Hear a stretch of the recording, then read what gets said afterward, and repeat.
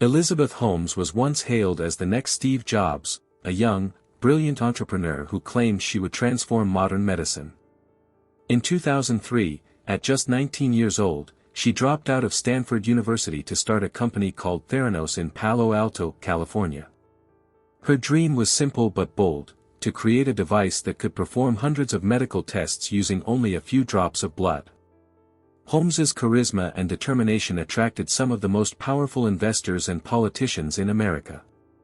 The company's board included former U.S. Secretaries of State Henry Kissinger and George Shultz, and its valuation soared to nearly $9 billion. By 2015, magazines placed her on the covers of Forbes and Fortune, calling her the world's youngest self-made female billionaire. But behind the glossy headlines, the technology wasn't what it seemed. Investigative journalists from the Wall Street Journal began uncovering serious problems: tests giving false results, unreliable machines, and patients receiving inaccurate medical information. Whistleblowers from within Theranos confirmed that the core device, known as the Edison machine, often failed to produce correct readings. Federal agencies soon began investigating. In 2018, Holmes and her business partner, Ramesh "Sunny" Balwani, were charged with defrauding investors and patients. During the highly publicized trial, prosecutors argued that Holmes deliberately misled investors to keep the company afloat, while her defense claimed she truly believed in her vision and never intended to deceive anyone. In January 2022, a jury found Elizabeth Holmes guilty on 4 counts of wire fraud. She was sentenced to 11 years and 3 months in federal prison. In May 2023, she reported to federal prison Camp Bryan, a minimum security facility for women in Texas. Holmes's story is now studied in business schools as a lesson in ethics, ambition, and accountability.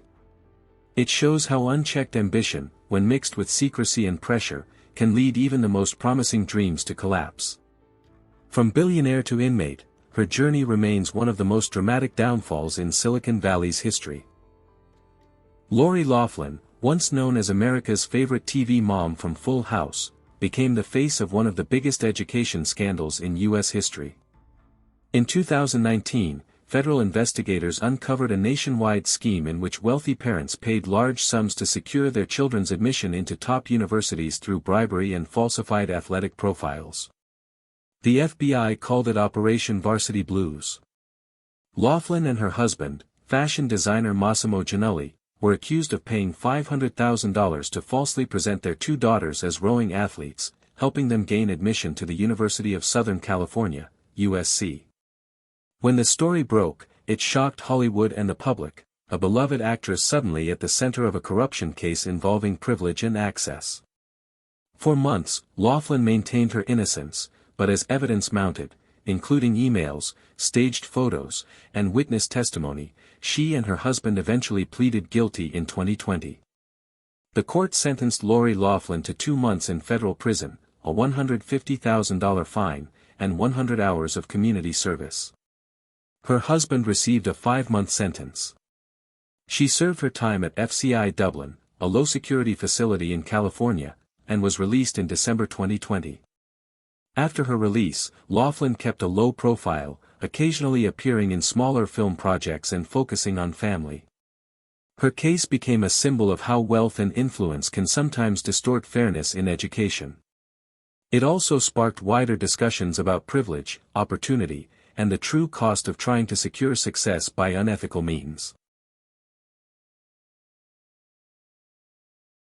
Felicity Huffman, a respected Hollywood actress known for her award-winning role in Desperate Housewives, became one of the first public figures charged in the college admissions scandal that shook the United States in 2019. While her case was part of the same investigation as Lori Loughlin's, the circumstances, and her response, were quite different. Federal investigators revealed that Huffman paid $15,000 to a consultant named William "Rick" Singer, the man at the center of the scheme. Singer arranged to have someone secretly correct Huffman's daughter's answers on the SAT exam, boosting her score to improve her college admission chances. When the FBI uncovered the plan, Huffman was among the first parents arrested. Unlike some others, Felicity Huffman immediately accepted responsibility. She admitted her wrongdoing, apologized publicly, and expressed deep remorse, not only to the court but also to her daughter, who had been unaware of the plan. Her emotional statement in court reflected genuine regret, saying she had acted out of fear and misguided love as a parent. The judge acknowledged her honesty and cooperation but emphasized that fairness in education must be protected. Huffman was sentenced to 14 days in federal prison, ordered to pay a $30,000 fine, and to perform 250 hours of community service. She served her time at a minimum security facility near San Francisco and was released after 11 days due to good behavior. After her release, Felicity Huffman stepped away from the spotlight for a while, later returning to small acting projects and advocacy work. Her case is often cited as an example of how humility and accountability can shape public perception even in moments of disgrace. It remains a reminder that integrity, especially when lost, is the hardest thing to rebuild. Patty Hearst's story is one of the most complex and debated criminal cases in modern American history, a tale that blurs the line between victim and accomplice. Born into one of the wealthiest and most powerful families in the United States, Patty was the granddaughter of William Randolph Hearst, the newspaper magnate whose empire helped shape American media. In February 1974, at just 19 years old, Patty Hearst was kidnapped from her apartment in Berkeley, California, by a radical left-wing group known as the Symbionese Liberation Army, SLA. The group demanded the Hearst family donate millions of dollars in food to the poor, a demand her father partially fulfilled. But soon, the world saw something no one expected. Months after her abduction, Patty appeared in surveillance footage helping the very group that had kidnapped her, armed with a gun, participating in a bank robbery in San Francisco. The shocking images spread nationwide, and the media began asking, was she a willing participant, or a brainwashed victim? When she was captured in 1975, Patty claimed that she had been tortured, isolated, and coerced into joining the SLA. Psychologists later described her behavior as a potential case of Stockholm Syndrome, a condition where hostages develop psychological bonds with their captors. Despite those arguments, in 1976, she was convicted of bank robbery and sentenced to 7 years in federal prison. Public opinion was divided. Some saw her as a symbol of youth rebellion, others as a victim of manipulation. After serving 22 months, her sentence was commuted by President Jimmy Carter, and she was later pardoned by President Bill Clinton in 2001. Today, Patty Hearst lives a quiet life away from the media. Her case remains a psychological and legal mystery, a reminder of how fear, trauma, and manipulation can transform even the most privileged lives. It's a story that continues to spark debate. Was she a criminal, a victim, or something caught in between? Rebecca Grossman was a well-known Los Angeles socialite, philanthropist, and co-founder of the Grossman Burn Foundation, which supports burn victims around the world. Her life was one of privilege, influence, and charity, until one devastating night in September 2020 turned everything upside down.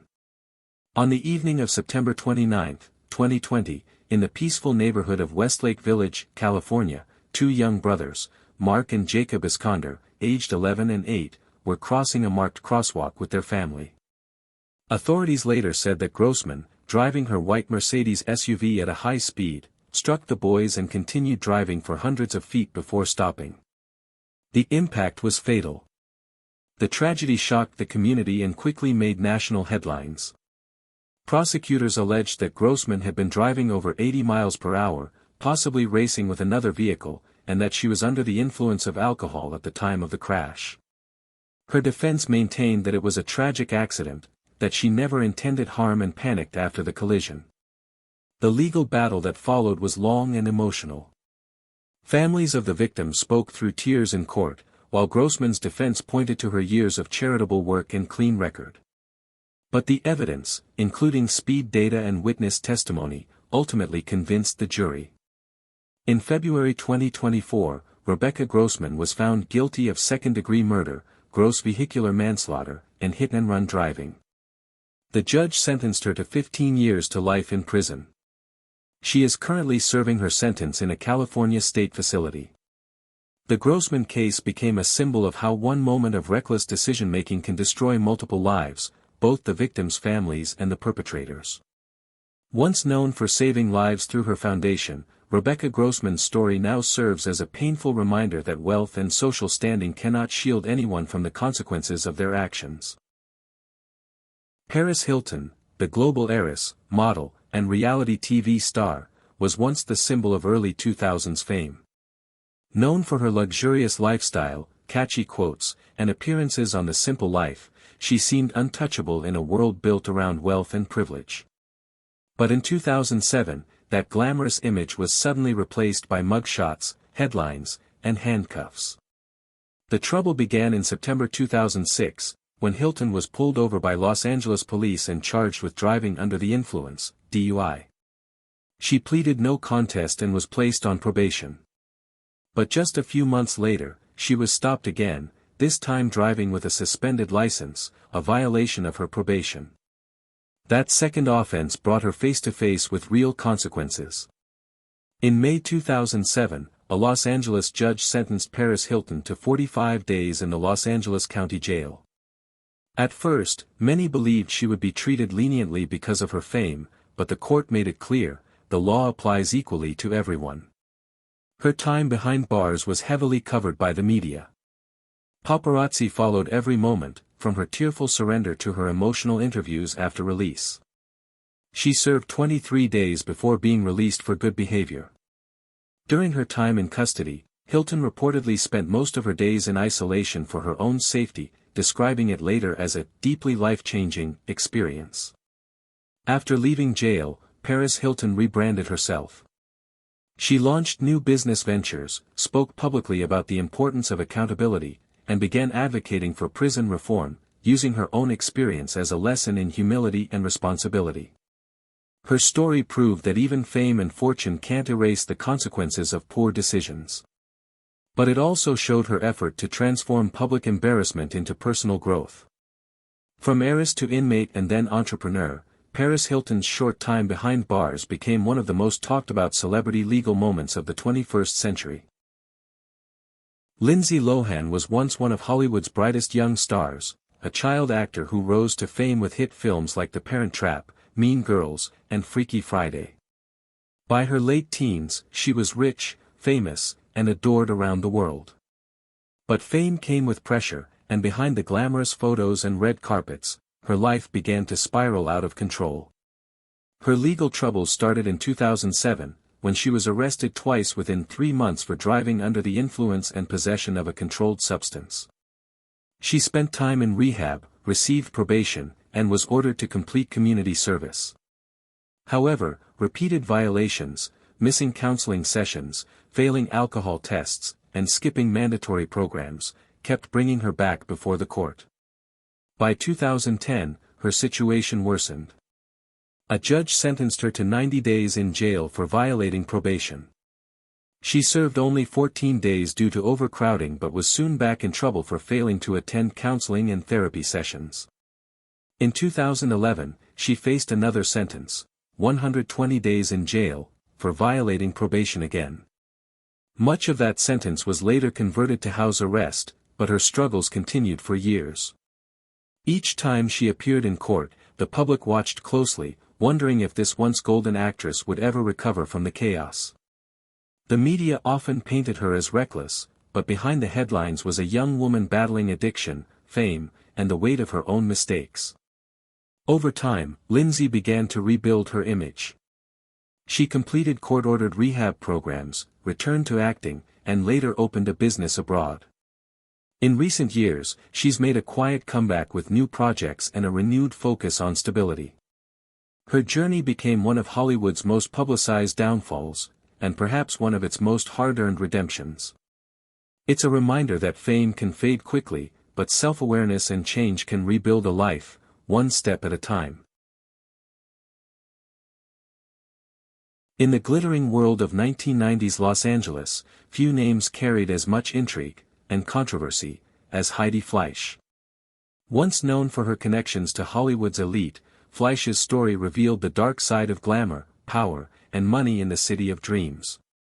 Born in Los Angeles in 1965, Heidi Fleiss came from a well-educated and comfortable family.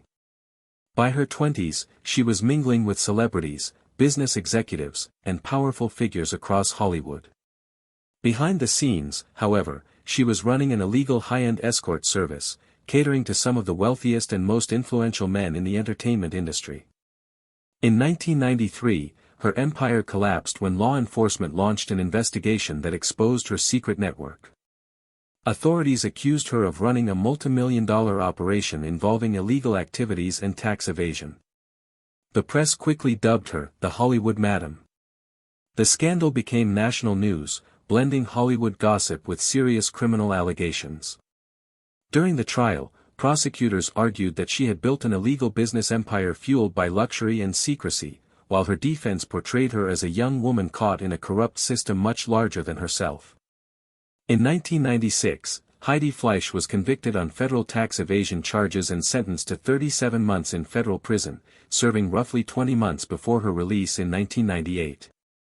She later faced state charges for pandering, though those convictions were later overturned. After prison, Fleiss tried to rebuild her life. She gave interviews, opened small businesses, and even appeared in documentaries about her experiences. Despite the scandal, she maintained a degree of public fascination, a woman who had seen Hollywood's hidden world up close and survived it.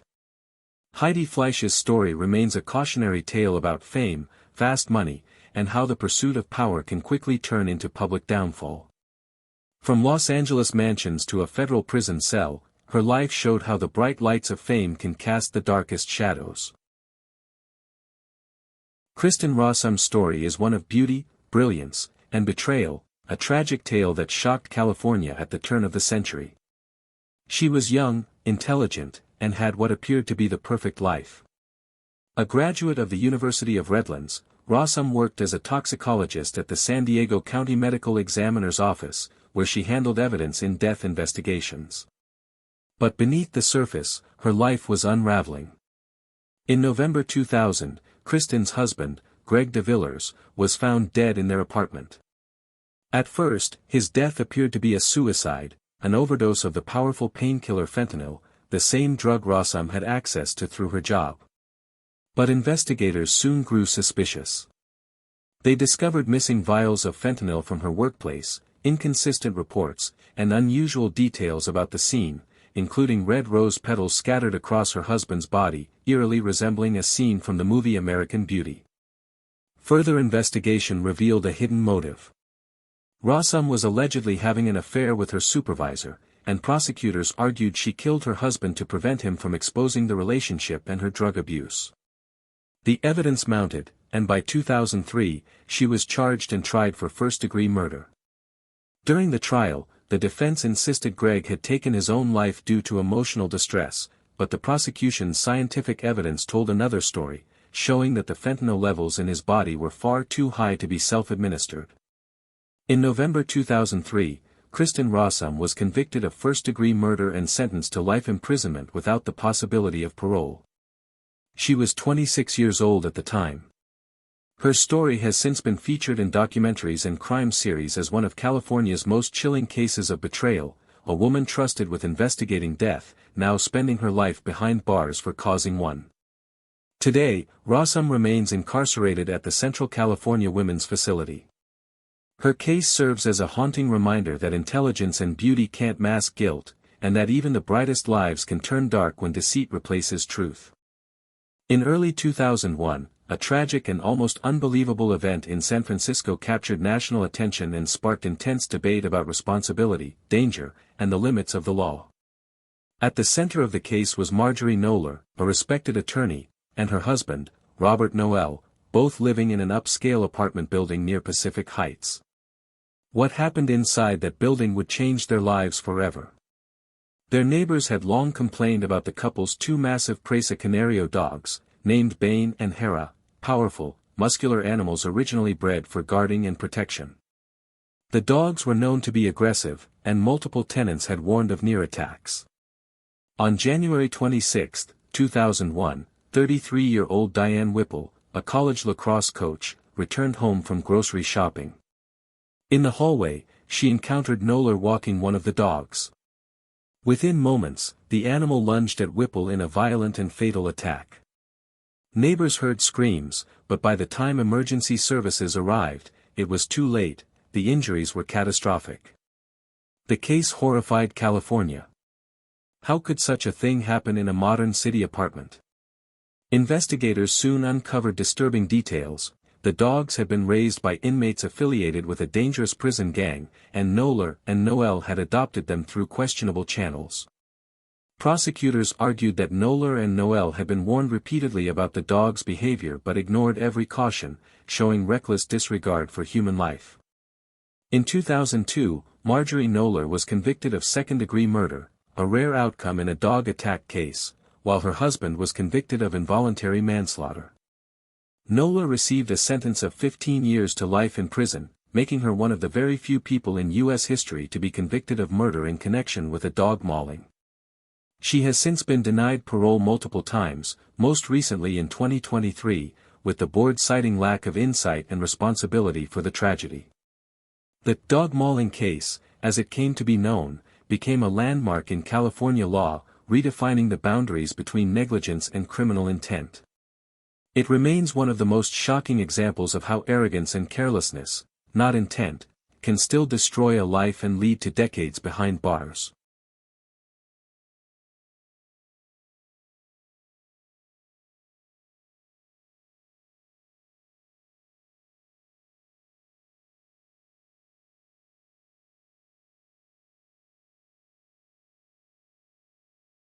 Among California's darkest true crime stories, few are as disturbing as that of Theresa Knorr, a mother whose acts of cruelty and control turned her own home into a chamber of horror. Born in Sacramento in 1946, Theresa Knorr lived a turbulent life marked by failed marriages, poverty, and violence. By her mid-30s, she was raising 6 children on her own, but what went on inside their home would eventually shock even hardened detectives. Theresa was known to be volatile, manipulative, and extremely controlling. Over time, her paranoia grew, and her children became the targets of her rage. Neighbors occasionally heard shouting, but few imagined the brutality that was taking place behind closed doors. In the early 1980s, her mental state deteriorated further. She began accusing her daughters, Suzanne and Sheila, of conspiring against her, claiming they were possessed or spreading lies. Her punishments became torture. She isolated them, beat them, and denied them food. According to later court testimony, she even forced her sons to help carry out some of her twisted orders out of fear. In 1984, Theresa shot her 17-year-old daughter Suzanne in the chest during an argument but refused to take her to the hospital, fearing she'd be arrested. When the wound became infected, she locked Suzanne in a room, and the girl eventually died in agony. Theresa then ordered her sons to burn the body in the woods near Lake Tahoe.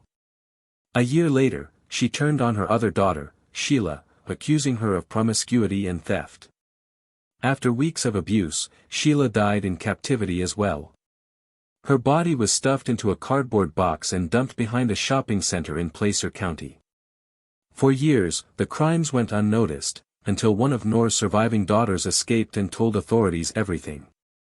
Police later confirmed the stories, and in 1993, Theresa Knorr was arrested. In 1995, she pleaded guilty to 2 counts of second-degree murder and was sentenced to 2 consecutive life terms in prison. Now in her late 70s, Theresa Knorr remains incarcerated at the California Institution for Women, with no possibility of parole before 2027. Her case is still remembered as one of the most horrifying examples of parental abuse in American history, a grim reminder that evil doesn't always come from strangers. For the victims, justice came late, but their story continues to be told, so that no child ever suffers in silence again. For over 2 decades, Stephanie Lazarus lived what appeared to be the perfect life. She was a decorated Los Angeles Police Department detective, a respected figure in law enforcement, and a symbol of success in a male-dominated field. But beneath the badge and the uniform, Lazarus carried a secret, one that would take 23 years to uncover. The story began in 1986, when Sherry Rasmussen, a 29-year-old nursing director, was found dead in the condo she shared with her husband, John Rutan, in Van Nuys, California. At first glance, police believed it was a burglary gone wrong. The crime scene was chaotic: broken glass, a struggle, a gunshot wound. But something didn't fit. Sherry's father insisted his daughter had mentioned being harassed by a woman, a former girlfriend of her husband, who worked in the LAPD. That woman was Stephanie Lazarus. Despite the warning, the case went cold. For years, it sat buried among unsolved homicide files, while Lazarus continued her career. She rose through the ranks, worked on art theft cases, and was even recognized for her service. No one suspected that the detective solving crimes might have committed one herself. Everything changed in 2009, when modern forensic technology allowed investigators to re-examine the evidence. DNA recovered from a bite mark on Sherry Rasmussen's arm matched Stephanie Lazarus. It was the breakthrough that blew the case open. When detectives confronted her at LAPD headquarters, Lazarus appeared calm and confident, until they revealed the DNA results. She was arrested that same day. At trial, prosecutors argued that Lazarus had been consumed by jealousy after Rutan married Sherry, and in a fit of rage, confronted and killed her. The defense claimed the evidence was circumstantial, but the forensic proof was overwhelming. In 2012, Stephanie Lazarus was convicted of first-degree murder and sentenced to 27 years to life in prison. She is currently incarcerated at the California Institution for Women. The case shook the LAPD to its core, not just because one of their own had committed murder, but because her secret had remained hidden for more than 2 decades. Stephanie Lazarus's story became a chilling reminder that no one, not even those sworn to uphold justice, is above the law. Behind her badge lay not duty, but deadly obsession. In the summer of 2011, a quiet community in Garden Grove, California, awoke to headlines that sounded too extreme to be real. The name Catherine Kieu became infamous overnight, not because of wealth or celebrity, but because of an act of violence that stunned even experienced detectives. Kieu was a Vietnamese-American woman in her late 40s, living an apparently stable life with her husband. But behind closed doors, the couple's marriage was falling apart. According to court testimony, her husband had filed for divorce and begun seeing another woman, a move that reportedly fueled jealousy, humiliation, and rage. On July 11, 2011, police received a call from Kieu herself. When officers arrived, they found her husband seriously injured. The details that emerged were deeply disturbing. Prosecutors later said Kieu had drugged his dinner, waited for him to fall unconscious, and then attacked him with a knife before calling 911. Her husband survived, but the incident left him permanently scarred, both physically and emotionally. During her trial, Kieu's defense argued that she had suffered trauma from past abuse and a culture of shame surrounding infidelity, suggesting her actions came from deep psychological pain rather than cold calculation. Prosecutors, however, described the act as deliberate, cruel, and driven by revenge. In 2013, Catherine Kieu was convicted of aggravated mayhem and torture, 2 of California's most serious violent felonies. The judge called the crime unimaginably brutal, and sentenced her to life imprisonment with the possibility of parole after 7 years. Today, Kieu remains incarcerated at the California Institution for Women. The case remains one of the most infamous domestic violence incidents in state history, not because of celebrity, but because it forced the public to confront how anger, betrayal, and emotional collapse can turn a private dispute into a lifelong tragedy. For Orange County, the Kieu case stands as a grim warning: passion without control can destroy not just a relationship, but 2 entire lives. In the quiet, affluent community of Orinda, California, a shocking crime in 2002 exposed the dark secrets of a marriage that had begun in the most unconventional way. At the center of the case was Susan Polk, a mother of 3 and the wife of Dr. Felix Polk, a well-known psychologist. Their relationship, once seen as intellectual and passionate, would end in bloodshed and controversy. Susan's story began decades earlier, when she was just a teenager undergoing therapy with Felix, who was, at that time, her psychologist. Despite the ethical boundaries, their relationship evolved into something more, and when she turned 24, they married. Over time, their marriage produced 3 sons, wealth, and a reputation for success. But behind the walls of their large home, tension was building. Susan claimed Felix was manipulative, controlling, and abusive, both emotionally and psychologically. Felix, on the other hand, confided to friends that Susan had become increasingly unstable, prone to violent outbursts and paranoia. By the early 2000s, their marriage was collapsing, and the couple had begun a bitter divorce battle over property and custody. On October 13, 2002, everything came to a tragic end. Felix Polk was found stabbed to death in the couple's Orinda home, more than 20 wounds across his body. Susan admitted to being there that night but insisted she acted in self-defense, claiming Felix had attacked her during an argument. Prosecutors, however, portrayed her as a cold and calculating killer, driven by anger and resentment over the divorce. The trial that followed captivated California. Susan Polk chose to represent herself in court, cross-examining witnesses, including her own sons, 2 of whom testified against her. Her defense was erratic but emotional, as she accused the system and her husband of years of psychological manipulation. In 2006, a jury found her guilty of second-degree murder, and she was sentenced to 16 years to life in prison. Susan Polk has since maintained her innocence, continuing to insist she acted to save her own life.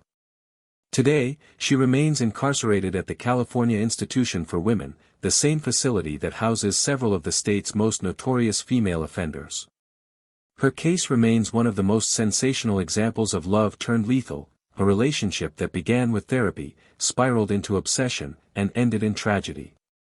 From the outside, the Polk family appeared successful and stable. But beneath that image lay years of manipulation, fear, and emotional decay, a haunting reminder that even the most intelligent and educated lives can unravel when love turns into control.